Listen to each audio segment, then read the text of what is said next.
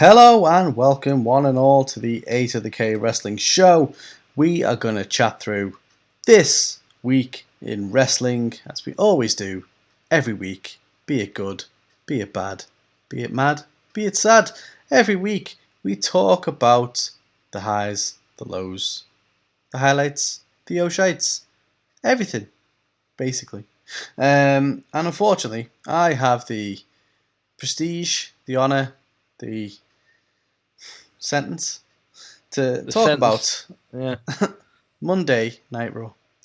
And the card on this week's show was Drew McIntyre opening the show and being confronted by MVP. We had Cedric and Shelton. That's right. Who are a They're tag not the team hair now. business anymore. They're just Cedric Nope. and Shelton. Taking on the Viking Raiders again. And the Viking Raiders won again. Well, and that's that then. That's Fuck that. those guys. Yeah. We had a promo from Charlotte. Who's a heel now, I think. I think so. Maybe. Possibly. She always is, even when she's a face. But now we think she's definitely a heel. She's either a face heel or a heel heel, and I think she might be a heel. Oh, damn. Okay, never go full heel. We then had Randy Orton taking on Riddle because Riddle on his scooter annoyed Randy for some reason. And Riddle picked up the win. What we're learning is wrestlers do not like scooters, except for Riddle, obviously. Pretty much how it goes. We had Shayna Baszler and Nia Jax taking on the team of Lana and Naomi, with Lana and Naomi picking up the win. Yay. How many times do we have to see don't Lana know. go up against Nia Jax in some capacity? No, I don't want to say it anymore. Make it end. We had Miz TV with special guest Damian Priest for some reason. Stuff happened. Sure. Maurice was there. Stuff happened. We had Elias taking on Kofi Kingston, with Elias picking up the win.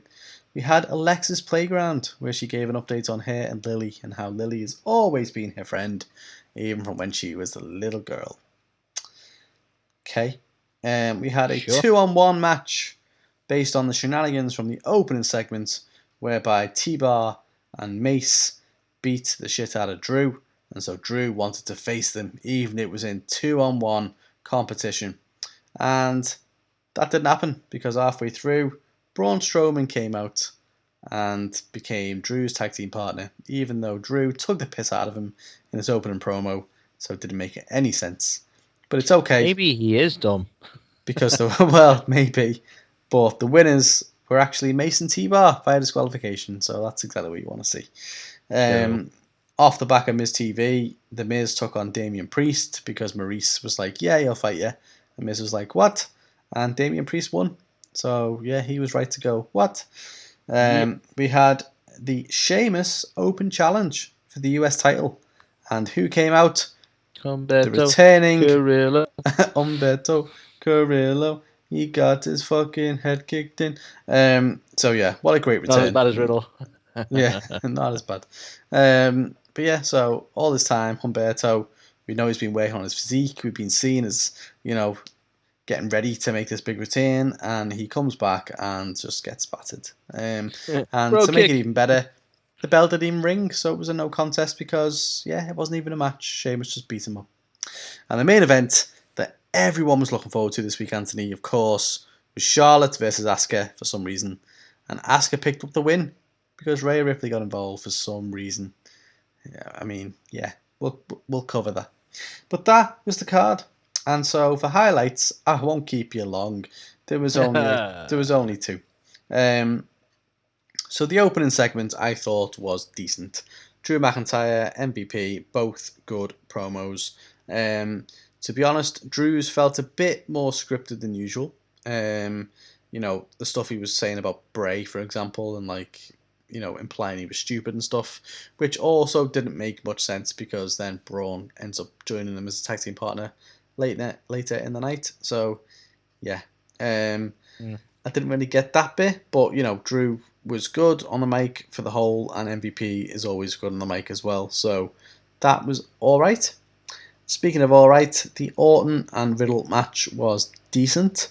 It did look like Orton hurt his shoulder in the match, and I don't know whether this was kayfabe. I don't know whether it was a shoot. I honestly don't know, because if you believe that, go on. I was going to say the belief was, until they changed their mind last minute, that the match with the Fiend was going to write Orton off TV for a bit. But obviously they changed their mind last minute, and therefore Orton was not written off TV. Ruining that angle instead. Exactly. Yeah. So was this done as the way to write him off TV? Possibly. Well, I heard that like he hurt his shoulder in the match, and that was the reason that Riddle got that sort of surprise roll up. But again, you don't know what's kayfabe and what isn't these days. Yeah, I don't know. I feel like it felt a bit too forced. But, you know, if he was actually injured, then mad apologies, because I'm just basically saying that you're a faking little bitch. But yeah, so that's my stance. But then let's move swiftly into the O'Shite Anthony. Was anything booked on this show? No. And I say this before, and, you know, it still bothers me as much as it ever has, really. So in this show, it's fucking annoying. Drew McIntyre comes out and, you know, he wants a match with Mason T-Bar that wasn't already booked. Orton comes out and is annoyed by Riddle, and he wants a match with Riddle tonight. Sheamus, he's just loitering around backstage, and Adam Pearce is like, yeah, have you ever thought about doing an open challenge? It's like, well, no, I don't want to do it, but I will do, but not for the title, except I am going to do it for the title. And it's like, well, okay, even that wasn't booked either. Like, what was booked for this show? I don't understand. Nothing. I think Adam Pearce was backstage shitting himself because they had nothing planned for the 3 hours of TV time. Do you know what? That would make always people falling out with each other, so stuff happened. That would make, you know, my review much higher if they actually if they faced into that and was like, when he's like, oh shit, I've got no matches. But yeah, I would love it if Adam Pearce is just there going, why did they make the show 3 hours? I don't know what I'm going to do. I've got hardly any roster. Being an opportunist backstage, the minute he sees people arguing, he's like, "No, settle us in the ring." Yeah, just exactly. To get a match out. Like that would be fucking good. That'd be something at least. But yeah, I don't know. It goes to a level of ridiculous, like just minor inconveniences. Like, hey, you bumped me a little bit. Settle it in the ring. Get like matches off the ground. You can say what you want about AEW, but they announce their match card a week in advance. That's what we're going to have on the show. Watch it if you want. Raw, you tune in and it's like... Sting spoke. Interview with Sting. Sting speaks again. Yeah, Sting talks. Darby talks. Lance Archer's unhappy that other people talk. You know, that is pretty much the way it goes. But still, we know about it, so it's cool. So, yeah, annoys me. Book the fucking show. At least make it seem like the show is booked. You incompetent. We're frightened to tell us in advance because we might not tune in. Well, yeah, there is that. The next shite is just the women's tag scene, all that shite that is involved with that. So it just didn't make any sense, Anthony. Is what annoys me. They don't book it. It's just random shite. But it's like they're still playing into this weird slip that happened at WrestleMania, and not in a good way. So like in this match, Dana Brooke and Mandy Rose, you know, interrupt and show footage of what happened, and that is enough to cause like a distraction. And then, you know, Lana and Naomi end up picking up the win. And it's like, well, who does that help? Because, not being funny, the fucking blonde fucking bimbos come out and help the other team pretty much get a title shot instead of them. Because they're coming out and giving them a win. It's like, who are you trying to help or hurt here? Doesn't make any sense. Stupid. Doesn't. Speaking of stupid, New Day, Elias, Riker. Who cares? And to top it off, Xavier Woods has traded in his trombone for a bass guitar. And of course he did. Just plays it throughout the match, because why wouldn't you? Because that's going to distract, Elias, because he plays guitar too. See, I love how you're clearly aware that the New Day's not working like it used to, and they're clearly aware of that, so they're going, what can we do? Well, maybe if we change it from a trombone to a bass. Like, they've just got no fucking clue, have they? No. Horrendous. No other words. Horrendous. And then the main event of the evening saw Charlotte take on Asuka, and Rhea Ripley got involved and effectively cost Charlotte the match, but in a very heel way. And so I'm just like, well, why? Because you're finally bringing Charlotte back and saying she's a heel, pretty much, and then you have her lose the match via heel tactics. So I don't understand, to be fair. And then after the match, she beats the shit out of a referee. And apparently that is enough to get her suspended. You know, you can burn someone alive. Cool. Yeah. See you next week. You can't push people. But you can't touch a referee. So, yeah. Basically, Anthony, my summation of the show. It was better than last week. Barely. It's not hard, because it got like fucking 0.5 last week. But, yeah. Still, all around, as it has been week on week, a terribly poor show. 3 hours, which has always hurt the product. It just, they can't fill it. It's painful. You know, everything feels like filler. And as you know, as I've already said, they feel like they're making up on the fly. So, yeah, it's mundane. And I'm going to now, from this day forward, I'm calling it Mundane Night Raw. And there's going to be a t-shirt for that, so I'm going to print that. So, yeah, Monday Night Raw, for me, gets a 1 out of 5. Shit show. Yeah, I agree. Not even going to alter, man. 1 out of 5 as well. It was just a bit of a clusterfuck in general, really. It was. And surprisingly still better than last week, so what does that tell you? Somehow. So, speaking of shit shows, let's talk about... I can't even say anymore, you know, when I talk about Dynamite, I can't say the superior Wednesday night show, because now we're going to talk about Tuesday night NXT. So, yeah. I've not updated the graphic with the shit logo. Need to do that. Needs more Triple H skulls.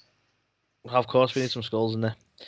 So, as far as NXT's card goes, Cal, we have the night opening with a bit of a promo between Kyle O'Reilly, or a segment, whatever you want to fucking call it, Kyle O'Reilly and Cameron Grimes, because Cameron Grimes has got money now and he wants to buy people or something. I don't really know.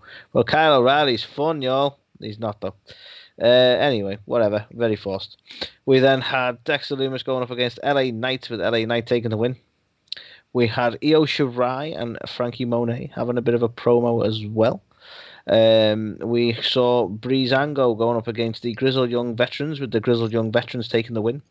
We saw debuting Sarai going up against Zoe Stark, with Sarai taking the win. We saw Kushida going up against Oney Lorcan for the Cruiserweight title, Carl, with Kushida taking the win. We then saw Imperium going up against Ever-Rise, with Imperium taking the win. And then we closed the night off with Kyle O'Reilly going up against Cameron Grimes, with Kyle O'Reilly taking the win, because isn't he just an awesome dude? That is the card.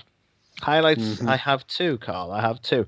I have, and apologies because I feel like I'm saying it wrong, but we had the debut of Sarai, which is, I loved the actual sort of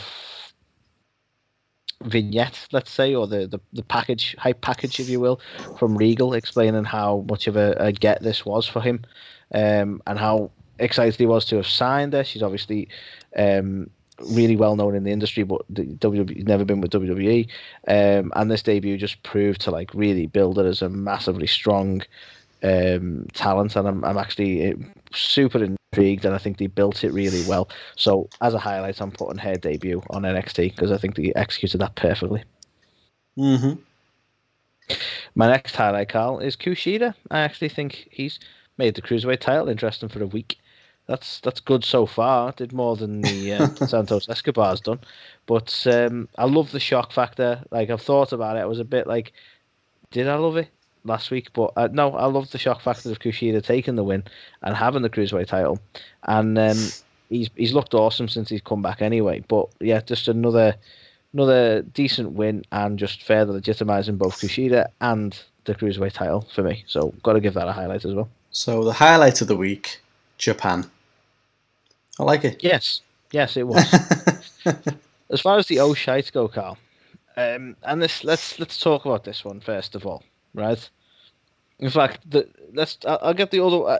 I'll get one out the way, because everything else is about one particular fella, right? So I'm going to start with this one. I'm going to say the Lumis Hartwell stuff was an shite for me. I kind of don't get it. I don't know why they're doing it, and this is kind of a waste of Lumis for me. So I'm throwing that in there. We'll get that out the way. Do you have any thoughts on Lumis and Hartwell, Carl?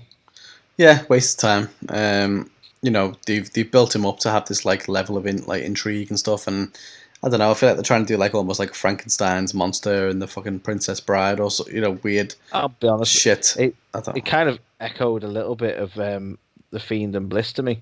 Yeah.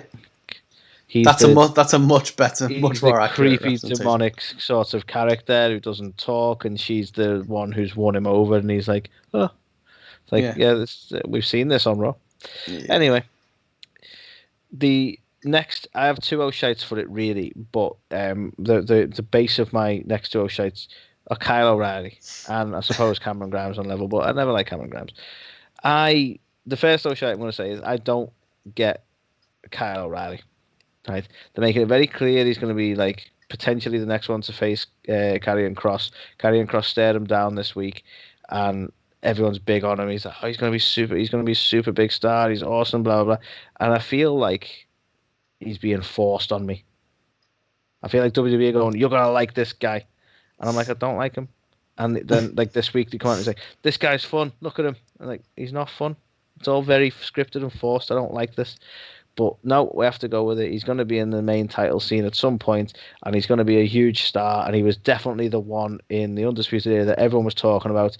Definitely the whole time. It's not something we decided over the last few weeks. Everyone loves Kyle O'Reilly. Honestly, that's the case. I'm not buying it.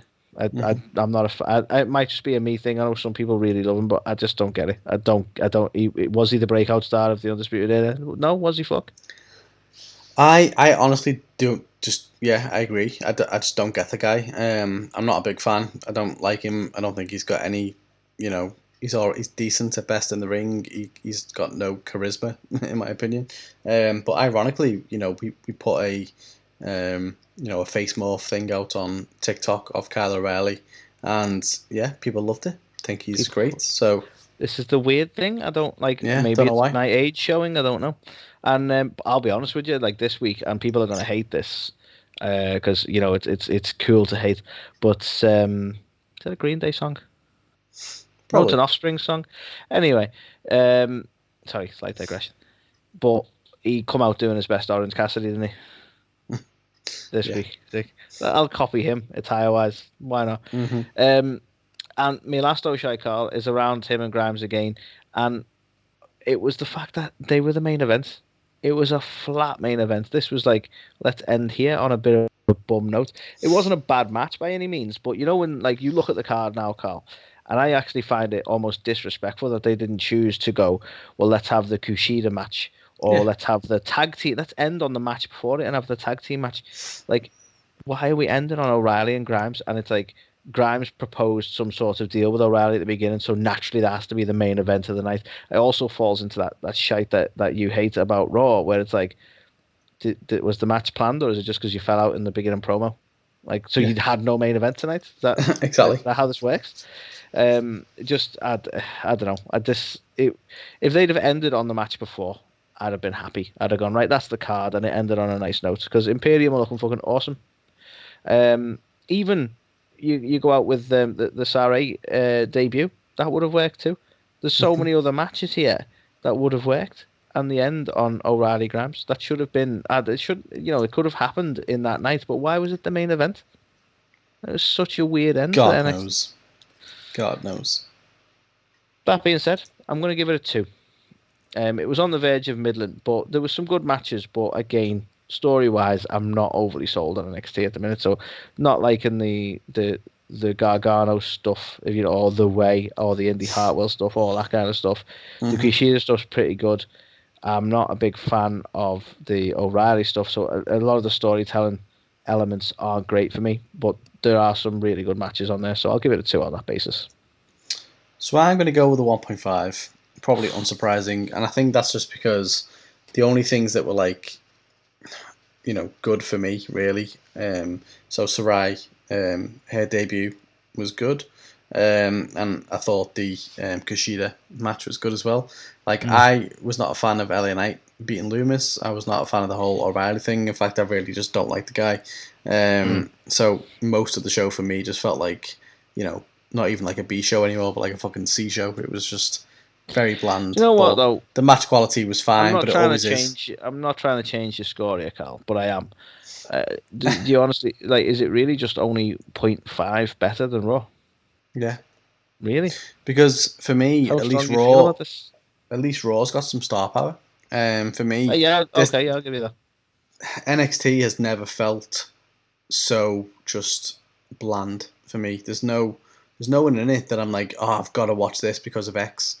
Like, who was on this show?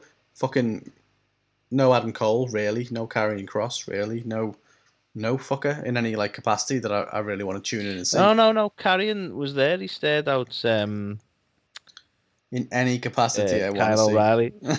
But he stared at him, Carl. He stared at him. He's a scary dude. Yeah. I think he was actually seen more on a UFC match than he was in his own fucking brand actually this week. Exactly. There you go. So yeah, I don't know. I just think I like to think back to the the old school NXT days where you would tune in because the roster was like, yeah, I want to watch these guys, and there's no one on there where you're like, I've got to tune in for this person. Like, this might be an unfair statement, and again, one that might be a bit polarizing, but it's almost like they've took the foot off the gas a little bit more now as well, because it's like, we're on Tuesday, we're not competing with anyone.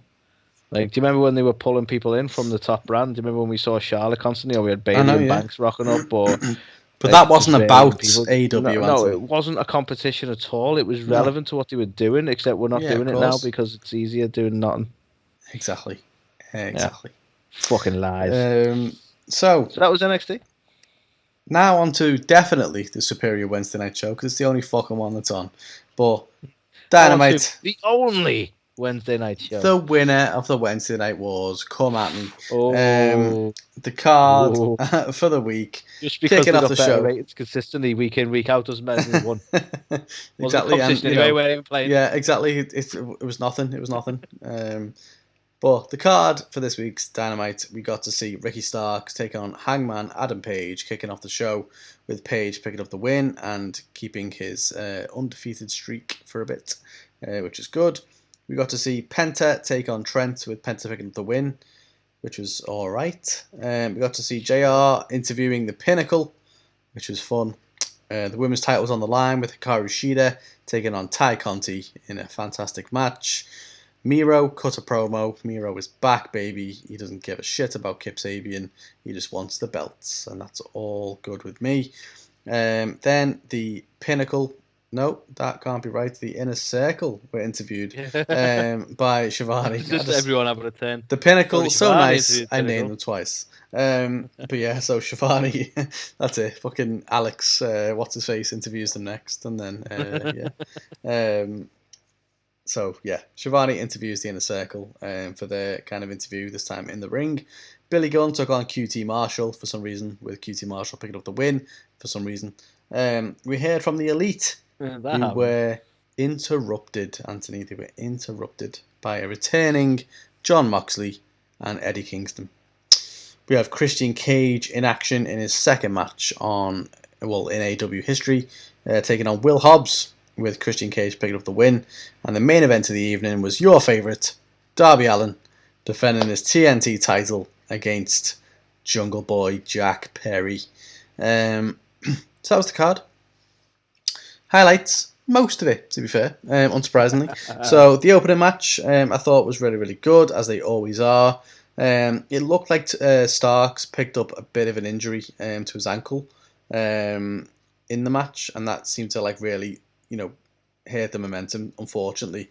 But you know what? He finished the match, which is fair play to him, and hopefully he's not too badly injured. But yeah, I don't know, it could have been much worse as well when you think about it, because the ankle was the least of his worries. There was a spot in that match where he was meant, Hangman did like a German suplex and he was meant to land on his feet, except he just basically landed on his neck. But he was okay. So yeah, a couple of scary spots in there, and obviously the ankle injury was quite unfortunate as well. But yeah, I enjoyed it, and I think it's only going to lead towards obviously Hangman being built to take on Kenny, which is some fantastic storytelling on the whole. And yeah, I want that match so bad. I don't know whether I keep saying I don't know whether I want it double or nothing, or whether we should hold on even longer for it. But yeah, it's the story for that is just so well built up. Double or nothing does feel like the right place for it, though, I know, I just think it's not that far away, is it? So it's like, have they got enough time to build it up? Because obviously Kenny's only just going on his belt collector thing and stuff, and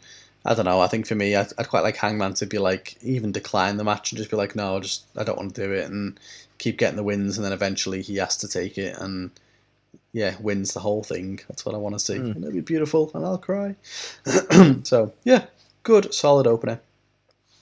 We had a hell of a return to form from a promo standpoint for MJF.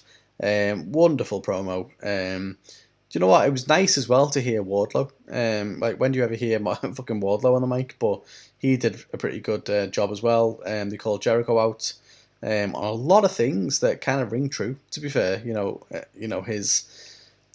fact that he is calling himself the best in the world, but he's only putting himself into matches with up and coming talent who's over, and is he now riding their coattails, kind of thing? And it just make you think. To be fair, but yeah, I thought it was a very scathing promo. maybe. Yeah, I don't know. I just think, MJF, 25 years old, he's so good for the age he is, and he even said, like, to round off the promo, he was like, MJF might be a mark for Jericho's spot, but I'm a mark for MJF. So yeah, I think nice, very good, very good. Speaking of very good, Ty Conti is a fucking star.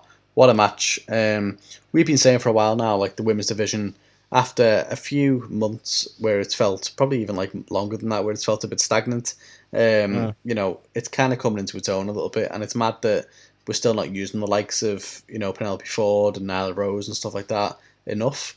And yet we're still managing to have a resurgence of that women's division. But Ty Conti was probably one of the biggest threats to Shida that we've seen, and it was just on a random episode of Dynamite, and it was so fucking good. There was loads of big spots, a lot of intensity between the two of them. It was just so good.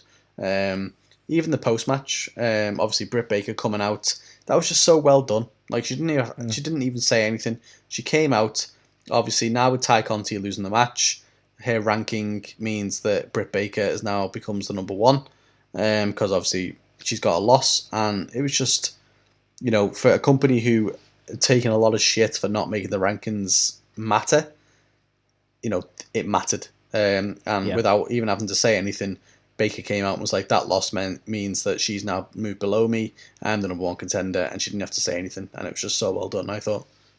Yeah, no, I couldn't agree more. And, like, as much as you can give them shit for it, like, going out the window, the whole ranking thing, because it did, and it certainly still kind of has for the men's roster. To be honest with you, like, the world title shot stuff. I mean, you can kind of call it earned, but they weren't really acknowledging the rankings when they set that up.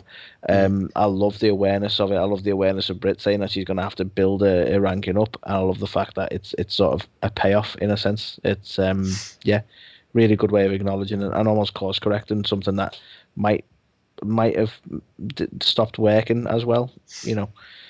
Similar, like, with the whole women's division. I actually, as a slight side note, I really hope Nyla Rose comes back around on this, because I feel like she was champion at the wrong time. It was back when, like, they were still finding the feet as far as the women's division goes. So I don't know. I just don't think the women's division was as good as it should have been when she was champ. Do you know what I mean? So I hope that does come back around for her, and she gets another run with the belt when there's so much more can be done with that run. You know what I mean? Yeah, I'm sure she will. I think, she's got all the talent to be able to do that. I just think, I don't know. She's in a bit of a weird booking situation at the minute with Vicky Guerrero, and I'm not too sure what stable she's trying to build and stuff. But obviously she is very talented. She's a monster heel in that division. So I would like to think. I don't know. I imagine we're on a collision course for Britt to be the one that dethrones Shida, but then Britt is obviously a heel as well. So I don't know where we go from here, but it's obviously a match that has been built up for that long that I do want to see it, and I think Britt deserves it as well. So hopefully we get to see that outcome. Maybe a double or nothing. And then weirdly, you have people like, and I don't know if they are signed with AEW officially yet, but you have people like Abaddon who've just kind of disappeared after their title attempt. So you're like, well, is she coming back? Because she's unique. She's like a Undertaker type character for the women's division for me, and I like that sort of demonic phenom kind of era that she gave. Like the true fear in Hikaru Shida when they had that back and forth was awesome. So she's definitely a talent I think they want to utilize more. But again, I don't know if she's technically signed with AEW. I think she is. I think the thing that they have to avoid, which last time was a big problem, was just not shitting on the fact that it's like supernatural. Like they proper shit on it, going like, oh well, she thinks she's this, she thinks she's that, she's not, and it was like, well, Yeah, like some why? bad commentary, that isn't it? When Yeah, every other time, even on the that's like, to me, that'd be the equivalent of the commentary team pulling apart Orange Cassidy's gimmick. And it's like, well, but that's his gimmick. Like, why are you acknowledging that it's kind of stupid? It's fun. yeah. You know what I mean? So I don't get that, but I would like to see more of Abaddon. Definitely Nyla Rose, Penelope Ford. Yeah, there's loads. Thunder Rosa, like damn, like I'd love to see her be in the AEW champ at some point. So, I think there was a talk on her going after both belts again, wasn't there? So that'd be a nice shout. Becomes NWA and AEW champ again. Yeah, defo. I mean, the whole Britt Baker rivalry isn't really finished, so maybe if Britt wins it, then she'll have to take on Thunder at some point. So yeah, or maybe Britt wins it and then Thunder rocks back up with the NWA Women's title again. Maybe, and then title versus title. Could be. So the next highlight, Miro, his promo was brilliant, to be fair. He was like, I don't care if you're here with your slimy Impact mouthpiece, aka Don Callis, or your emo face paint daddy, aka Sting. If you've got a title, you've got a problem. And that's all he had to say. Basically, he's not asked about Kip anymore. He wants to win a title, whether it's TNT, whether it's the main. He's not really bothered. So, yeah, that's exactly where he should be. He should be out there being champion or something. So, excited to see Miro getting over in AEW. Yeah, it's a good promo. Let's just see what angle they put him into. I hope it actually leads to a decent sort of run with some sort of feud. Fingers crossed. We got a Inner Circle promo. That was also very good. Not as good as the one from MJF, I have to admit.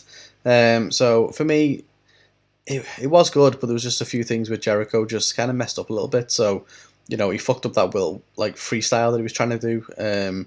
Weird little show tune. He tried to do it, just didn't make any sense, to be fair. So I think Jericho's he's missed a few marks lately that he wouldn't normally miss. I don't know. He still worries me. Yeah, it's weird. I don't know whether he's just not as into it now, whether he's he's winding down because he wants to go back on tour with Fozzy or what, but he just doesn't seem as like the stuff he was doing early on when there was crowd. Maybe he feeds off a crowd. Like he's never worked. Maybe he's starting to blow out on the energy of not having the crowds there. Yeah, maybe I'd say for him. when they. I was going to say, when they first stopped having the crowds, I think he was one of the best for coming up with quirky stuff, like when they were doing the flim flam and stuff like that, like the bubbly bunch and all those bits were they were really good stuff, and they were clever and engaging in a way that didn't need the crowds. And I actually think they were doing better than WWE at that point for being creative over those sort of things. And I think it's maybe just fatigue on that because it's been so long now, so long. Yeah. Well, that's it. Maybe I think as well that maybe they're trying to save a lot of stuff. I think they tried to hold off on Blood and Guts for obviously having the fans back, and now they've obviously decided to go with it without fans and stuff. So I think, maybe they're just holding off on quite a few things. But that being said, the promo wasn't bad this week from them. It was just, he did flub his freestyle a little bit, but it was still good. Sammy was good as well, with his little bit of Spanish, and even Hager got involved, as did Santana. And, you never hear from Santana really. So, I don't know. I think it achieved the goal of hyping me up for Blood and Guts, which is what they set out to do. So that's good. I also hear rumours that Blood and Guts is going to be a one-match show. Believe so, which is interesting. 2 hours to be filled with one match. I imagine there'll be a lot of hype matches or something, but all remains to be seen. But another highlight this week, we had Jon Moxley and Eddie Kingston making their return, and I don't know, they were just gold, to be fair. It was just old school Attitude Era vibes.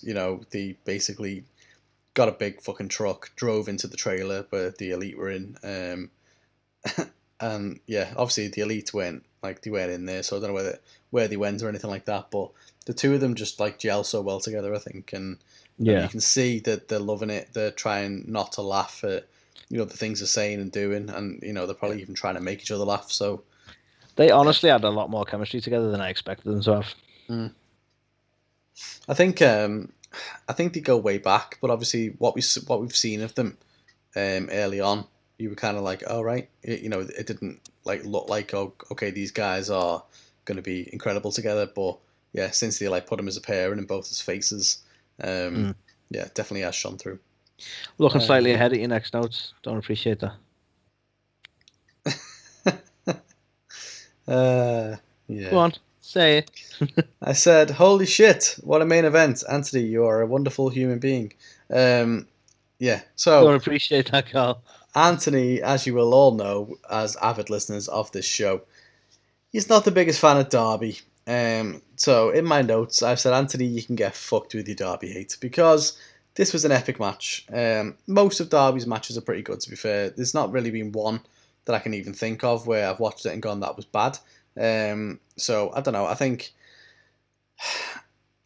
I've mentioned this before. There was a time way back when, for the Intercontinental title in WWE, you had a young, just turned the Rock. I don't think it was Rocky Maivia at this point. He might have been versus a young Triple H. And them two, I watched that match. It was a ladder match, and I thought, wow, you can see both of these guys in the main event one day. I can see the same for these two.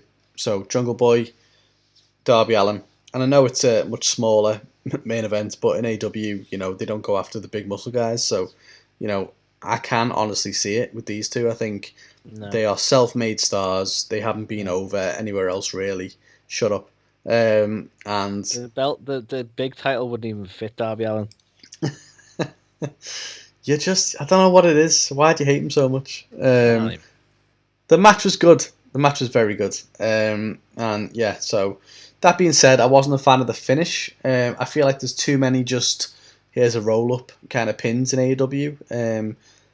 To the point where it kind of feels a bit forced in that sense. Like I used to love it back in the day, old school WWE, WWF, like Bret Hart and Owen Hart, for example, at WrestleMania 10. Like just a roll up finish, like wow, out of nowhere, awesome. But I feel like happens far too much in AEW, so that's one criticism. Think in some respects, I think this is probably it's the problem with people of our generation who did love stuff like that booking wrestling now. I think that is very much the problem, because like you say, you remember it in WWF old school and you'd be like, holy shit, out of nowhere, that was amazing. And then you got people like Cody who are probably doing the same thing as you, being a similar generation, who are now involved in the booking side of things and going, let's do one of them holy shit roll up things. How can I fuck up the finish this week? And it's like, I think that's not an unwillingness to embrace what the product is now in some respects. No, I think that's fair. So I don't know. I think one too many roll-ups, and also wasn't the biggest fan of the Aftermath.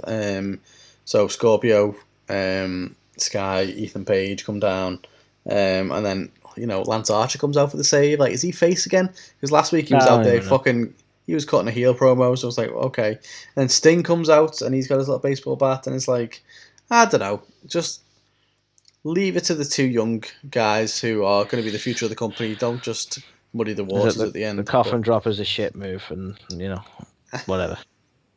I mean, it's no different to a swanton bomb, really, is it? Let's be fair. It is. We can all fall. But then backwards. Again, you also hate Jeff, so there is that. We can all fall backwards off a turnbuckle, Carl.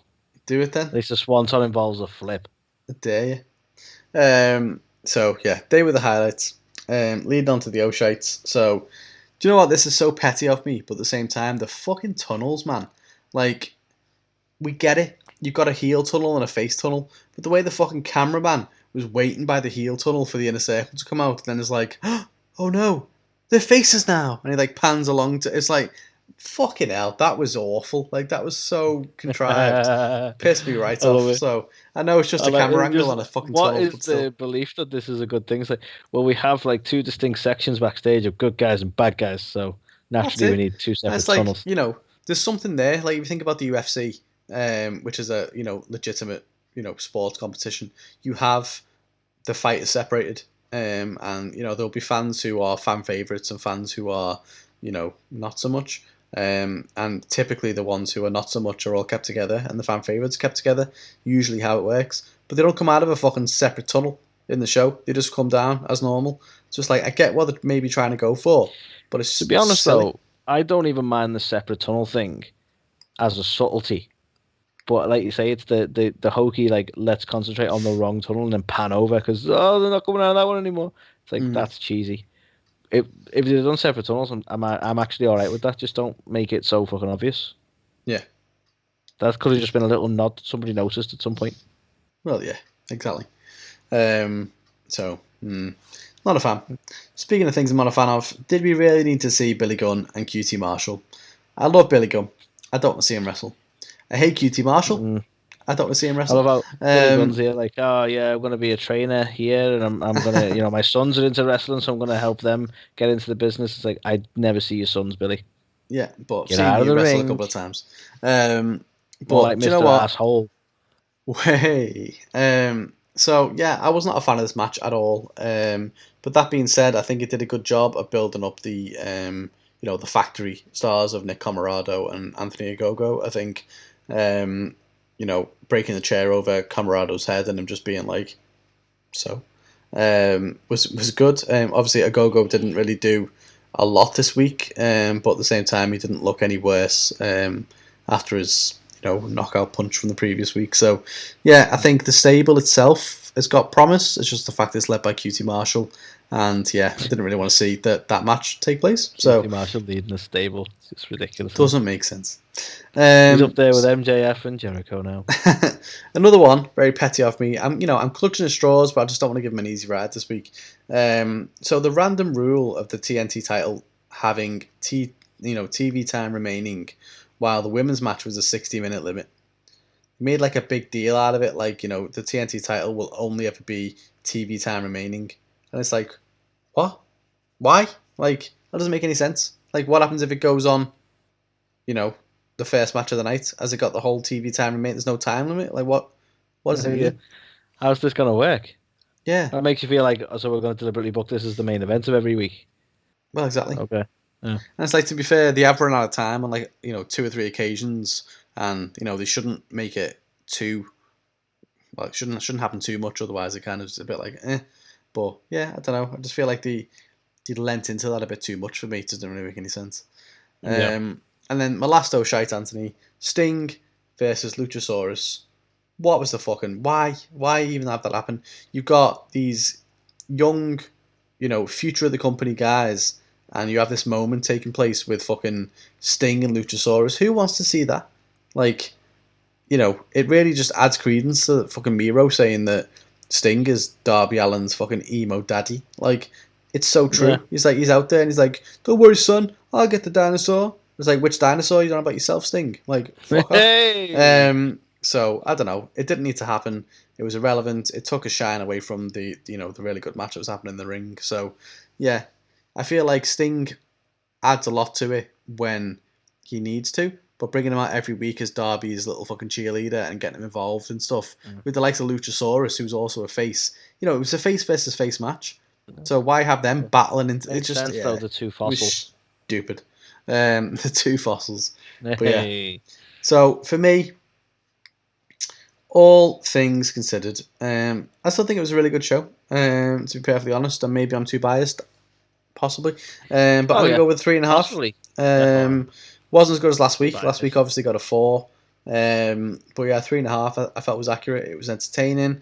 They managed to cover a lot and cram a lot in, but there was a couple of things that just didn't land for me, and some of the matches just felt a bit bland as well. So 3.5, but all in all, a good show. I echo some of the sentiments, but it'd have to be a 3 for me. I don't think it quite hit 3.5 territory. But you're right, it was just a very solid week. So basically, Anthony and I have the same numbers for Raw and SmackDown every week, but we go down 0.5 on both NXT and Dynamite in each other's favour, just so you know. Yeah, that's pretty much how it works, yeah. Pretty much. But on to the final show of the week, which is Smackdown. So, Carl, let's talk about SmackDown. This won't take long, I promise, right? We opened the night with Cesaro and kind of Rollins opening the show. Well, Cesaro comes out to open the show. Rollo.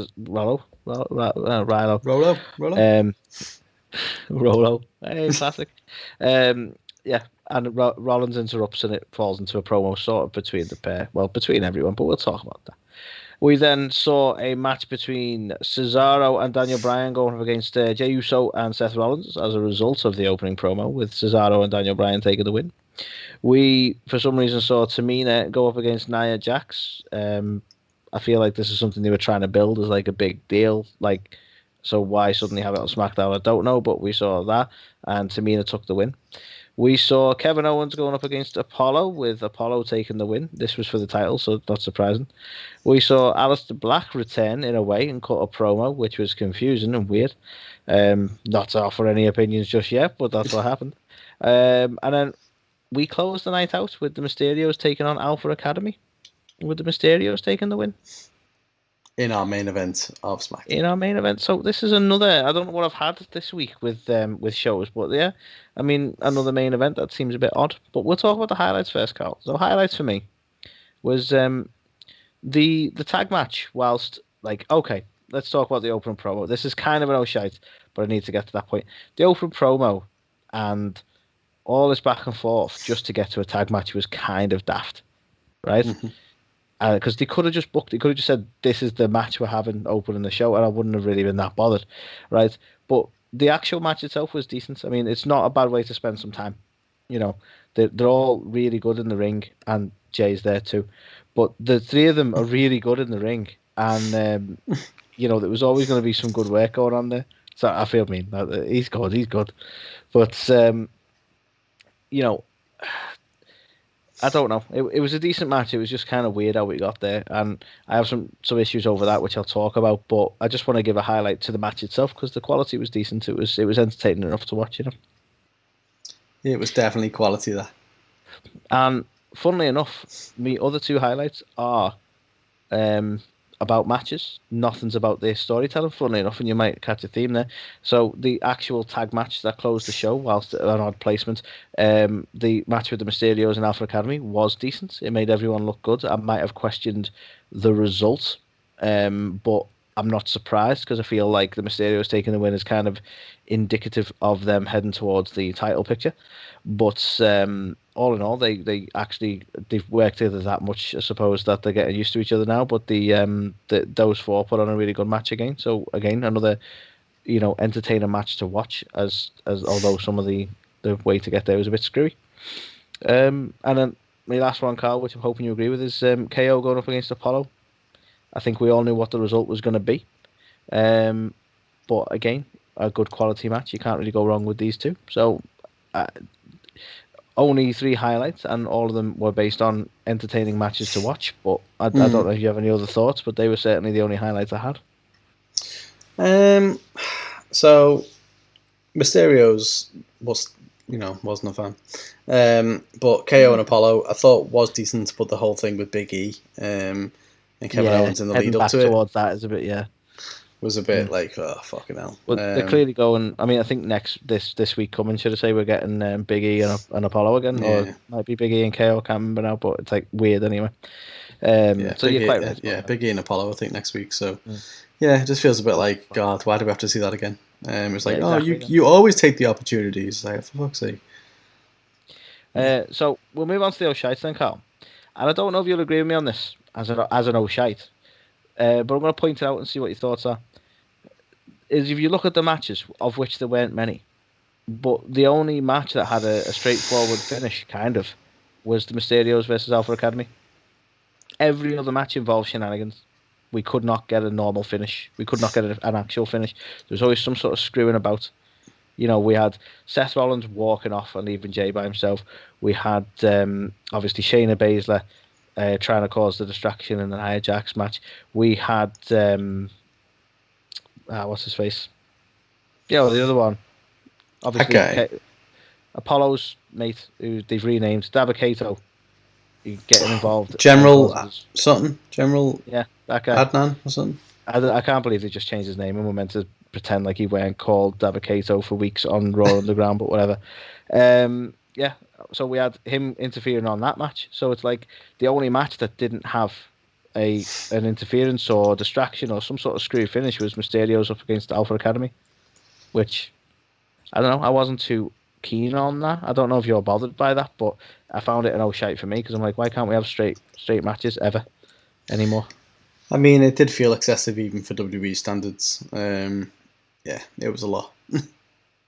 My second old shite is, and I think we've touched on it before, but we'll have to talk about it a little bit more now. Why the fuck was that the main event? Why have I got this again? I had this on NXT. It's like, why have we felt so flat? It's like, we'll just have that tag match and close the show. Fuck it. I don't get it. Why that shouldn't be the match to close the show? No. Totally agree. No, shouldn't. Yeah, you're right. You're right. Okay, so this might provoke a bit of discussion. Aleister Black. How do you feel about Aleister Black? Oh, he's so edgy now. He's got glasses and he reads books. I think he's spent his time off playing Far Cry.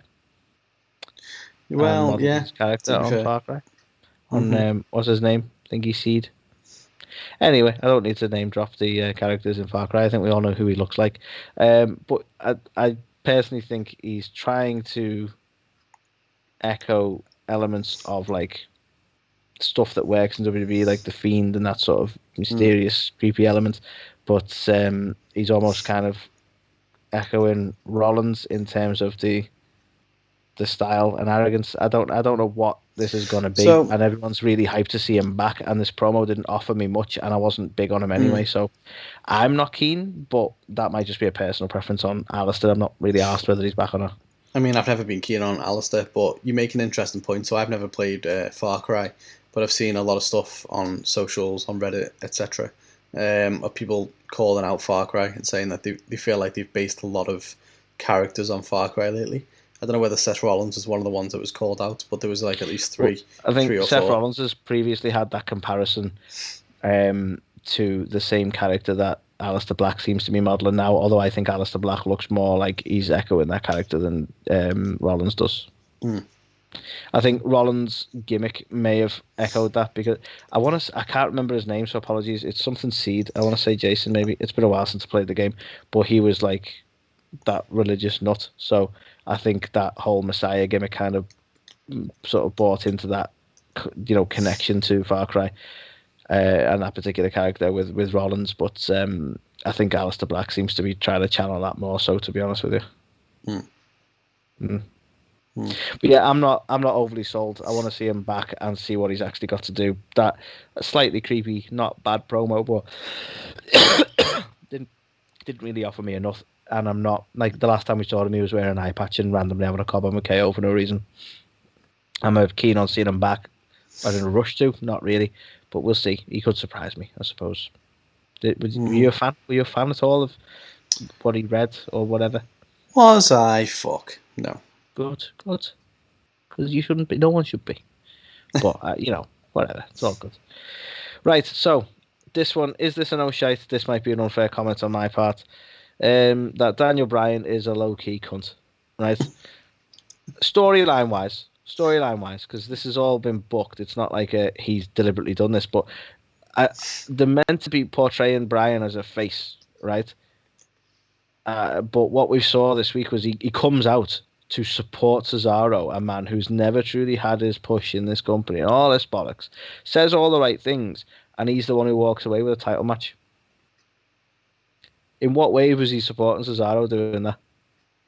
Like, am I meant to believe that he's a face, or is he actually pulling some heel moves here? I don't really know what that was.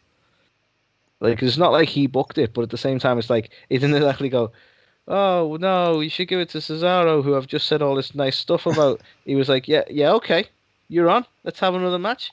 And you're like, what about the guy stood next to you who we're meant to be getting behind as the next number one? No, they don't care about that. We're going to have Bryan again. To the point, Daniel Bryan next week is going to probably retire because he's if he loses, he's not allowed to be on SmackDown again or whatever the stipulation was. Yeah, I just find it sometimes it's kind of heely the way they have him. Like, even before that, and I mentioned it in the past, like, the WrestleMania stuff was like, he just came across like some entitled asshole, like, I should be in the title picture. And it's like, why? Who the fuck said you should be? And I feel like they just keep making him this sort of not out and out bad guy, but this low key bad guy. Do you know what I mean? Because he's not exactly a face the way he acts or muscles himself into things. So I don't know. Maybe I'm reading too much into it, but I wasn't keen on how that ended with Daniel Bryan in a match again. I'm like, wait, didn't we talk about Cesaro? Like, he ended up being a bit player to his own fucking story. I don't know, weird. Yeah, I just hope they haven't dropped the ball with him again, because that'll be maybe one too many to come back from. It looks like he's going to end up back in some sort of match with Rollins, but I hate when you do that. You have a match on the biggest stage of them all, and then carry on having a feud. It's like, why? Like, yeah. You've done it. You've done it. I think it's like on that stage. What's the point that's now? It. You have WrestleMania should be the blowout to the feud. He came back. He was going to get in Roman's title scene, and then now he's back with Seth again. It's like, why is that? Have they given up? Are they worried or what? Yeah, weird, isn't it? So they're my O'Shea Carl. It was not a great week, but not really a bad week. Like, there was some decent match quality. The storylines were a bit all over the place, and there wasn't much going on. So I don't know. Like, the tag match was particularly long, so it kind of padded the show out. So it hit its runtime, but in terms of like actual match card, there wasn't much there. So for me, I'm probably going to give it a 2. It was okay. I think I'll agree with you. Shock horror. Shock horror. No 0.5 high or low, no. I mean, I was considering going 0.5 lower, but I don't know. I feel like it had enough. I was not a fan of the main event at all, but the rest of it was probably enough to get it at 2. But yeah, it was average. It was bang average. It could have quite easily been a 1.5, but I'm feeling generous, and I'd already said I was going to give it the same score as you, so 2 it is. Cool. Works for me. And so that was This Week in Wrestling? It was. And that is the show. What a wonderful show it has been. We have spoken about all the highs and lows in the news. We've spoken about all the guys that WWE released that maybe they shouldn't have. And we've spoken about all the shows that WWE put on that maybe they shouldn't have. And yeah, that is it again for another week. For another week. As always, socials, YouTubes, places. And you know what? If you haven't already, check out our interview last week with Brian Clark, aka Adam Bomb, who is just an awesome guy and has got an awesome message to put across, to be fair. So if you haven't checked it out, check it out. Hell of a story. Hell of an inspirational story, I think. Totally. Yeah, just an all-round, just awesome guy. Adam Bomb, Wrath, one half of Chronic, on this show. On this show, because fun. Because that's what we do. Yeah. That's what we do too, yeah. We're them people now. Legit. But yeah, we'll be back this time next week. We might have a history of segment for you. We haven't decided on who yet. That's true. But yeah, we might talk about, someone, some faction, their career, etc. Maybe. Potentially. Join us to find out. We could just go with something else. Mystery one. We make it up as we go along, as you already know. But that is it for another fun week on the A2theK Wrestling Show. And we will let these wonderful words of wisdom play you out as we bid you a farewell. Goodbye.